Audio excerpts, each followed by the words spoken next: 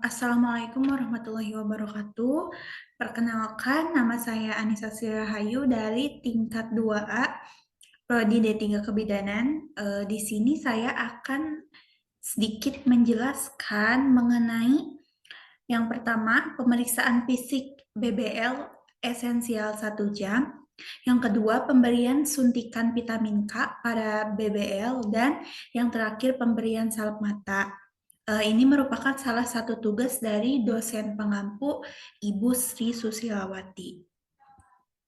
Yang pertama, pemeriksaan fisik BBL esensial 1 jam. Nah, pemeriksaan fisik di sini yaitu yang pertama kita melakukan anamnesa, riwayat bayi pada ibu, dan beritahu keluarga yang akan dilakukan atau info consent form. Terus yang kedua, baringkan bayi di atas tempat tidur untuk melakukan pemeriksaan. Pastikan ruangan hangat dan nyaman. Yang ketiga, dampingi bayi selama pemeriksaan berlangsung. Yang keempat, pemeriksaan dari ujung kepala hingga ujung kaki. Terus yang kelima ini di bagian kepala kita palpasi. Perhatikan apakah ada kelainan kognital atau sindrom Down. Perhatikan sutura, adanya capsucceanium, dan atau apakah ada perdarahan atau tidak. Terus yang keenam, mata. Kedua, jarak mata. Terus dilihat warna konjungtivanya dan perhatikan refleks terhadap cahaya, juga memperhatikan kekeruhan pada kornea mata. Terus yang ketujuh, hidung dan mulut. Diinspeksi dan palpasi. Pastikan bernapas melalui hidung, adanya pembekakan hidung, adanya cairan kemungkinan infeksi jalan napas. Terus yang kedelapan ada telinga. Dilihat si telinganya simetris dan bentuk daun telinganya. Amati bagian dalam telinga. Terus yang kesembilan, pengukuran lingkar kepala dari atas telinga, belakang kepala, lingkar ke atas kepala, dan permukaan dahi. Terus yang 10 itu buka bedongan untuk melakukan pemeriksaan lanjut. Terus yang ke-11, pemeriksaan bagian leher apakah ada kelainan kelenjar tiroid atau tidak. Terus yang ke-12, perhatikan gerakan jari tangan bayi. Letakkan jari kita ke jari bayi dan lihat responnya. Terus yang ke-13, ukur lila bayi. Yang ke-14, lakukan pemeriksaan refleks Moro dengan cara tepuk tangan di atas bayi dan lihat responnya. Terus yang ke-15 itu ada ekstremitas bawah. Dilihat simetris dan gerakannya. Luruskan lutut, perhatikan jumlah dan bentuk jari kaki. Terus yang ke-16 ini ada perhatikan adanya trauma atau tidak. Terus yang ke-17 lakukan pemeriksaan baby style dengan cara meletakkan satu jari menyusuri telapak kaki ke arah vertikal dengan sedikit penekanan dan perhatikan reaksi bayi. Terus yang ke-18 buka popok bayi. Melakukan pemeriksaan genitalia pada perempuan yaitu lubang uretra, labia mayora, menutupi labia minora, klitoris, lubang vagina, dan perhatikan adanya sekret. Terus yang ke-19, ukur panjang bayi. Letakkan bayi pada garis alat pengukur. Luruskan bayi dengan menekan lutut bayi dengan lembut hingga kaki. Terus yang ke-20, pakaikan popok bayi kembali. Terus pemberian salep mata, jangan menghapus obat yang dioles, biarkan obat bereaksi terlebih dahulu. Dan yang selanjutnya kita lanjut memberikan vitamin K.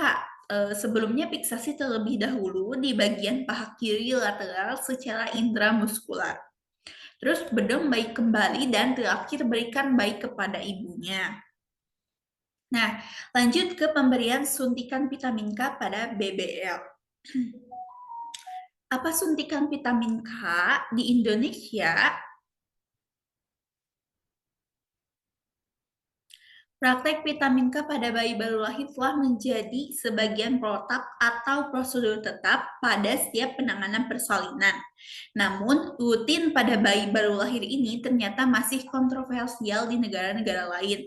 Vitamin K adalah vitamin yang larut dalam lemak alami yang diperlukan untuk memproduksi protrombin, faktor pembekuan darah.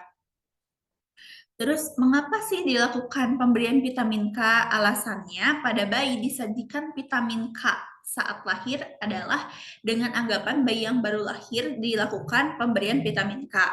Kekurangan ini dibandingkan dengan perbandingan tingkat kadar atau vitamin K pada tubuh bayi baru lahir dibandingkan dengan nilai yang terkandung pada orang dewasa normal. Rendahnya tingkat vitamin K dapat menyebabkan penurunan kemampuan darah yang mengakibatkan si bayi baru lahir lebih rentan terhadap perdarahan. Terus apa sih manfaat vitamin K? Manfaat vitamin K ini yaitu membantu proses pembekuan darah dan mencegah perdarahan yang bisa terjadi pada bayi. Bayi yang baru lahir memiliki vitamin K yang sangat sedikit dalam tubuh mereka. Sebenarnya, kekuatan alam yang begitu terfokus pada sebuah proses kelahiran yang sukses sepertinya tidak membenarkan pernyataan bahwa semua bayi kekurangan vitamin K. Terus di sini ada poin yang dirujuk untuk mempertimbangkan injeksi rutin vitamin K. Yang pertama, sementara itu vitamin K pada bayi baru lahir mungkin terdengar seperti intervensi yang dapat diterima. Ada beberapa poin untuk diperhatikan, terutama pada semua bayi dilahirkan dengan tingkat vitamin K yang rendah. Terus yang kedua, jumlah vitamin K yang disuntikan adalah 20.000 kali tinggi dan vitamin K pada bayi saat lahir. Ukuran dosis yang diberikan pada orang dewasa normal, selain itu mungkin juga mengandung bahan pengawet yang dikenal sebagai racun bagi si bayi.